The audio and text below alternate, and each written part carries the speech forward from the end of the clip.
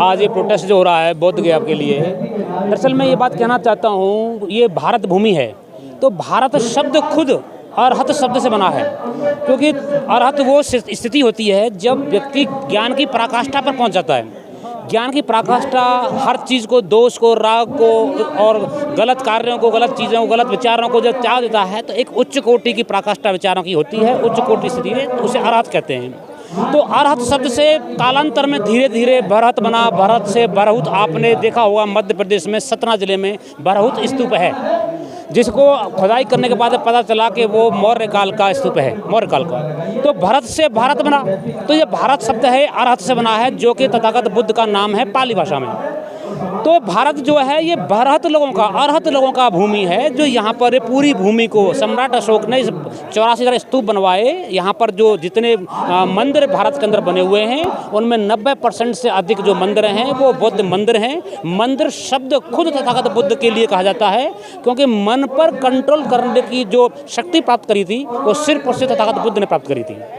तो तथागत बुद्ध ने मंदिर, मतलब शब्द मंदिर तथागत बुद्ध का ही है, मन के अंदर, मतलब मन पर नियंत्रण करना, मन को काबू करना, जो सिर्फ और सिर्फ तथागत बुद्ध को कहना प्राप्त हुआ है। तो ये एक ऐसी भूमि है। तो ये बोध गया जो आंदोलन है, मैं तो ये कहना चाहूँगा कि भारत के मतलब 90% मंदिर भी बुद्ध विहार हैं या बुद्ध मंदिर हैं या बुद्ध टेम्पल्स हैं, बुद्ध स्तूप हैं, उनका भी पूरी उनके लिए आंदोलन होना चाहिए, मैं ये कहना चाहता हूँ। और यहाँ के पूरे देश के जो इस भारत भूमि के लोग हैं, और वो भारत भूमि के लोग इस बोध गया पर या बौद्ध भूमि पूरे भारत के देश के मंदिरों पर भी क्या नाम है आंदोलन होना चाहिए, मेरा ऐसा मानना है। इसी तरह से जो हिंदू लोग हैं वो बुद्ध को विष्णु का नवा अवतार या पता नहीं कौन सा अवतार मानते हैं, तो उस तरह से वो कह रहे हैं कि भाई हमारा भी तो हक है बुद्ध पे, आप अकेले बुद्ध आपके थोड़ी हैं। जी सर, जिस हिंदू शब्द का नाम ले रहे हिंदू लोग, सर हिंदू तो कोई लोग ही नहीं है, हिंदू तो एक गाली है, ये लोग नहीं है, ये तो एक गाली है हिंदू, जो सिंधु शब्द से क्या नाम है बाद में जो यहाँ पर 8वीं शताब्दी के बाद में यहाँ पर खलीफा लोग आते हैं और अरबियन और क्या नाम है मिडिल ईस्ट कंट्री के लोग आते हैं, तो आकर के एक गाली देते हैं। तो हिंदू तो कोई लोग ही नहीं, हिंदू की विचारधारा ही नहीं है, ना कोई विचारधारा है ना कोई लोग हैं। यहाँ पर जो भी लोग हैं वो बुद्धमय लोग हैं या तथागत लोग हैं और हंत लोग हैं और बुद्धिस्ट विचारधारा के लोग हैं। आप अगर पुस्तक पढ़ेंगे वेन सांग की 7वीं शताब्दी में उसने पुस्तक लिखी है, भारत की यात्रा, जो उसमें लिखा है, उसने कहा है यहाँ पर भारत की भूमि के बारे में बात करी है। पंडित राहुल शंकरता के बारे में बात करेंगे तो उन्होंने भी हिमालय पर्वत नाम की पुस्तक लिखी है, उसमें जिक्र किया है, बद्रीनाथ का जिक्र किया है। और जगन्नाथ मंदिर के बारे में क्या नाम है उसमें स्वामी विवेकानंद के 4th वॉल्यूम में आप पढ़ेंगे जाकर के, स्वामी विवेकानंद का 4th वॉल्यूम है, उनका जो स्पीचेज और वॉल्यूम है उसमें उन्होंने जगन्नाथ मंदिर को कहना बुद्ध मंदिर बनाया है। इसी तरह बाबा साहब के द्वारा पुस्तक लिखी जा रही थी एक, जो कि 15,000 पेज बाबा साहब ने जो लिखे हैं उनमें से कुछ पन्ने जो गायब हो गए, वो पुस्तक कभी पब्लिश नहीं हो पाई और लिख नहीं पाए उस पुस्तक को, तो किसी लोगों ने क्या नाम है उसको क्या नाम है गायब कर दिया, क्या कर दिया नहीं जानकारी है। उसमें एक पुस्तक थी, एक विचार था, उसमें पूरा कंटेंट और पूरा विषय सूची मिलती है कि who was the Pandurang Vitthal, who was the Pandurang Vitthal, जिसको बिठौना नाम से जाना जाता है, बिठौना, जो कि बुद्धिस्ट विचारधारा के या बुद्धिस्ट व्यक्ति थे। तो बाबा साहब ने खुलासा किया है, बाबा साहब ने किया है, भीम संघ ने किया है, इत सिंह ने किया है, और क्या नाम है पंडित राहुल शंकरतन ने किया है।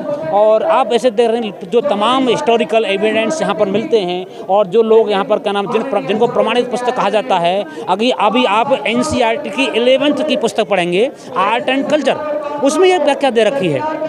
तो ये भारत भूमि तो भारत मीन्स बुद्धों की है, क्योंकि बुद्ध का नाम ही बुद्ध से अरहत, बुद्ध को अरहत कहते हैं, अरहत मीन्स जो क्या नाम है ज्ञान प्राप्त कर लेना, एक ऐसी स्थिति है। विवाद क्यों है वहाँ? विवाद इसीलिए है क्योंकि शक्ति का स्वभाव है।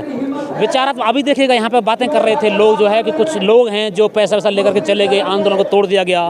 तो हमारे लोगों में कम लालची लोग हैं, बिकाऊ लोग हैं, जो लोग क्या नाम है कोई कांग्रेस ज्वाइन करता है, कोई BJP ज्वाइन करता है, लोग क्या नाम है RSS ज्वाइन करता है, उसके सारा पे चीज़ें चलती हैं। मैं खुल के बातें कर रहा हूँ आपके चैनल के माध्यम से। तो ये लोग आकर के अभी करोड़ों रुपए लेके चला गया, जैसे मुझे जानकारी अभी बनते जी कह रहे थे, मुझे जानकारी नहीं है, बनते जी भी माइंड पर कह रहे थे।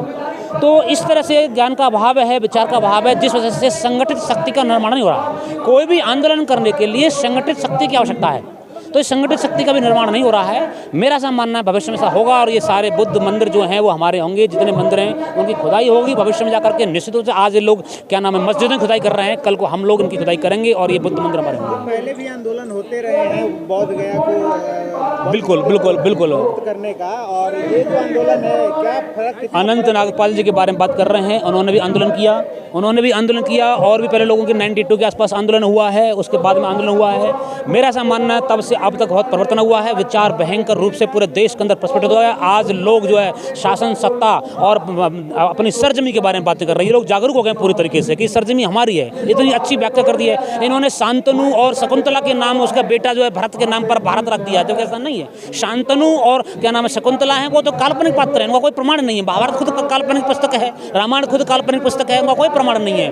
कोई भी पाली की पुस्तक उसका संस्कृत में अनुवाद मिलता है, किसी भी पाली पुस्तक का संस्कृत में अनुवाद मिलता है, मगर संस्कृत की किसी भी पुस्तक का पाली में अनुवाद नहीं मिलता है। अर्थ बनता है कि पाली पहली पुस्तक है, संस्कृत बात की है। संस्कृत तो रेक्टिफिकेशन लैंग्वेज है, रेक्टिफाई करके मतलब मॉडिफाई करके बनाई गई है। तो ये सारी पूरी भारत भूमि बुद्धों की है। पूरी भारत जो है बुद्ध में भारत था। सम्राट अशोक ने पहले ताकत प्राप्त करी, शक्ति प्राप्त करी, उसके बाद जो है क्या नाम है भारत को बुद्ध में बनाया। तो हमें पहले शक्ति का निर्माण करना होगा। ये शक्ति संगठित शक्ति का निर्माण करना होगा, शक्ति नहीं संगठित शक्ति। बाबा साहब कहते हैं पहले शिक्षित बनो, फिर संगठित रहो और फिर संघर्ष करो। कैसा मतलब बेहतरीन कॉन्सिक्वेंस इस चीज के लिए एक जबरदस्त क्या नाम है तारतम्य है। शिक्षित व्यक्ति ही संगठित हो सकता है और संगठित व्यक्ति ही संघर्ष कर सकता है। तभी जो लोग बिखरे हुए हैं उनको संगठित होना होगा और संगठित लोग ही आंदोलन होंगे। मैं तो ये कहना चाहता हूँ बोध की बात छोड़िए, अगर लोग आंदोलित संगठित हो जाएं तो आंदोलन यहाँ हो सकता है और यहाँ आंदोलन होकर के बोध गया फ्री हो सकता है। ये ताकत का मामला है। सरकारें झुकती हैं, सरकार सड़क से झुकती हैं, सरकारें संसद से नहीं सड़क से झुकती हैं,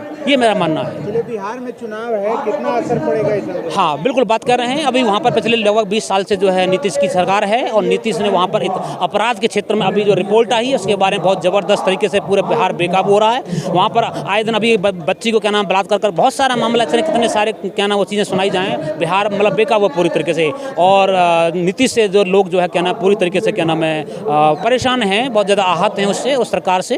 और वो क्या नाम है निश्चित रूप से परिवर्तन होगा क्या नाम है, और ये परिवर्तन का ही दौर है, होगा ही जी। मेरा नाम चंद्रवीर सिंह है, मैं यही मथुरा का रहने वाला हूँ, मथुरा से।